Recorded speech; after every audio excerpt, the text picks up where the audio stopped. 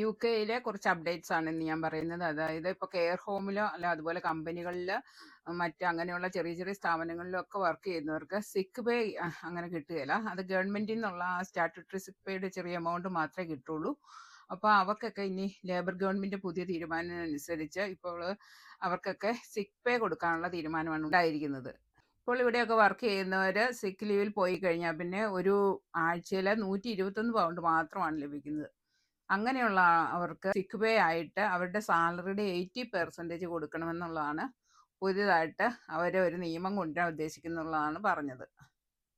അതിപ്പോൾ കെയർ ഹോമിൽ അങ്ങനെ കമ്പനികളിൽ അതുപോലെ ഷോപ്പുകളിലൊക്കെ ജോലി ചെയ്യുന്നവർക്ക് അതൊരു ആശ്വാസമായിട്ട് വരും. കാരണം ഇങ്ങനെയുള്ളിടത്തൊക്കെ ജോലി ചെയ്യുന്നവരൊക്കെ ഇങ്ങനെ സിക്കിലായി കഴിഞ്ഞാൽ മേലാതായി കഴിഞ്ഞാലും ആ മേലാഴിക കൊണ്ട് ജോലിക്ക് പോവുകയാണ് ചെയ്യുന്നത്, അവർക്ക് പൈസയുടെ ആവശ്യം കാരണം. അപ്പോൾ അങ്ങനെ തീർത്തും മേലാതാകുന്നവർക്ക് സിക്ക് ലീവ് എടുക്കാനുള്ള ഒരു ഓപ്ഷൻ വരും. അത് ഒരു നല്ലൊരു ആശ്വാസമാകും അവർക്കൊക്കെ. പക്ഷെ എംപ്ലോയേഴ്സൊക്കെ ഇതിന് വലിയ ഹാപ്പി അല്ല. കാരണം എംപ്ലോയേഴ്സിനെ NI തന്നെ കൂട്ടിയിട്ടുണ്ട്. അതുപോലെ പല കാര്യങ്ങളും അവർക്ക് എക്സ്പെൻസീവ് ആയിട്ട് വരികയാണ്. അപ്പോൾ അവരൊന്നും ഇതിൽ ഹാപ്പി അല്ല. അവർ ഇതിനെതിരെ പ്രതികരിക്കാൻ തുടങ്ങിയിട്ടുണ്ട്. അതുപോലെ തന്നെ മിനിമം വേജും കൂടും. അങ്ങനെ അവർക്ക് അവരുടെ ബിസിനസ്സിനെ ഇത് ബാധിക്കും എന്നുള്ളതാണ്, അവർക്ക് എക്സ്പെൻസ് കൂടിയിട്ട് അവരുടെ ബിസിനസ്സിനെ ഇത് ബാധിക്കും എന്നുള്ളതാണ് അവരുടെ കൺസേൺ. മറ്റൊരു കാര്യം, പോസ്റ്റ് സ്റ്റഡി വിസ കഴിഞ്ഞ് വർക്ക് വിസയിലേക്ക് മാറുമ്പോൾ നഴ്സിംഗ് ഹോം, കെയർ ഹോമുകൾ അങ്ങനെയുള്ള എംപ്ലോയേഴ്സൊക്കെ COSനുള്ള ചാർജും കൊണ്ട് അവരെ കൊണ്ട് അതായത് ഈ അപ്ലൈ ചെയ്യുന്ന കാൻഡിഡേറ്റ്സിനെ കൊണ്ട് കൊടുപ്പിക്കാറുണ്ട്. പക്ഷെ അത് പാടില്ല, എംപ്ലോയേഴ്സ് തന്നെയാണ് അത് വഹിക്കേണ്ടതെന്നാണ് പറയുന്നത്.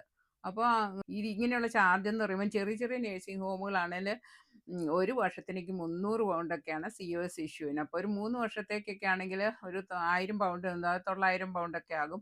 അതുപോലെ വലിയ നഴ്സിംഗ് ഹോമുകളൊക്കെ ആണെങ്കിൽ 1000 പൗണ്ടാണ്. അപ്പോൾ 3 വർഷത്തേക്കാണ് 3000 പൗണ്ട് അത്രേ ആകുന്നതാണ്. അപ്പോൾ ഈ കാൻഡിഡേറ്റ്സിനെ കൊണ്ട് പേ ചെയ്യിക്കണം, അവർക്ക് നല്ലൊരു എമൗണ്ടാണ് വരുന്നത്.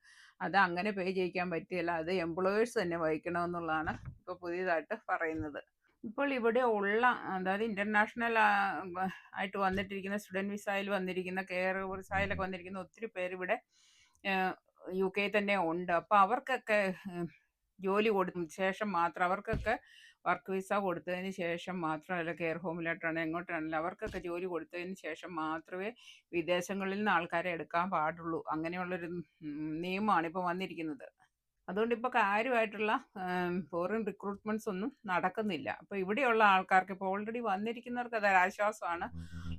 അവർക്ക് മുൻഗണന കിട്ടും ജോലിക്ക് കിട്ടാൻ വേണ്ടി. പക്ഷേ ഇപ്പോഴും ഏജൻസികളൊക്കെ, അതായത് ഡയറക്റ്റ് നഴ്സിംഗ് ഹോമിലോ കെയർ ഹോമിലോ, പ്രത്യേകിച്ച് നഴ്സിംഗ് ഹോമോ കെയർ ഹോം ഇങ്ങനെയുള്ളിടത്തൊക്കെയാണ് ഏജന്റുമാർ ടൈപ്പായിട്ട് അവർ വഴിയാണ് ഈ റിക്രൂട്ട്മെന്റ് ഒക്കെ ഇപ്പോഴും നടക്കുന്നതെന്നുള്ളതാണ് നമുക്കറിയാൻ സാധിക്കുന്നത്. അപ്പം 8ഉം 10ഉം 12 ലക്ഷങ്ങളൊക്കെ ഇപ്പോഴും കാൻഡിഡേറ്റ്സിൽ നിന്ന് മേടിച്ചിട്ട് ഇങ്ങനെ റിക്രൂട്ട്മെന്റ് നടത്തുന്നവരുണ്ട്.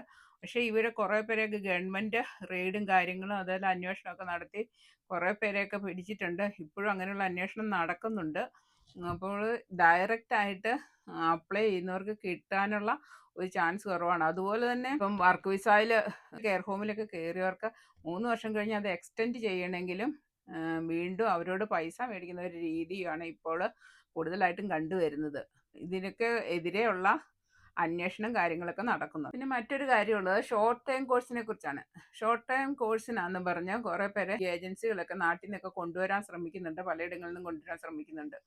അവരോട് പറയുന്നത് അവർക്ക് ഇവിടെ വന്ന് ഈ കോഴ്സ് കഴിഞ്ഞ് ഇവിടെ വർക്ക് വിസ കിട്ടുമെന്നൊക്കെയുള്ളതാണ്. പക്ഷേ ഇപ്പം പുതിയൊരു ഇത് വന്നിരിക്കുന്നത്, ഈ വിസയൊക്കെ ഷോർട്ട് ടൈം കോഴ്സിന് വന്നിരിക്കുന്നവർ ഈ വിസയ്ക്ക് അപ്ലൈ ചെയ്യുമ്പോൾ അത് കൃത്യമായിട്ട് ചെക്ക് ചെയ്തിട്ടേ ഇവർക്ക് വിസ അനുവദിക്കാവുന്നുള്ളൂ എന്നുള്ള ഒരു നിർദ്ദേശമാണ് ഇപ്പോൾ ഈ കേസ് വർക്കേഴ്സിനൊക്കെ, അതായത് ഈ വിസ ഇതൊക്കെ ചെക്ക് ചെയ്യുന്നവർക്ക് കിട്ടിയിരിക്കുന്നത്. അപ്പോൾ ഇങ്ങനെ ഷോർട്ട് ടൈം കോഴ്സിന് വന്നവരാണെങ്കിൽ അവർക്ക് വിസ പുതുക്കി കൊടുക്കണ്ട.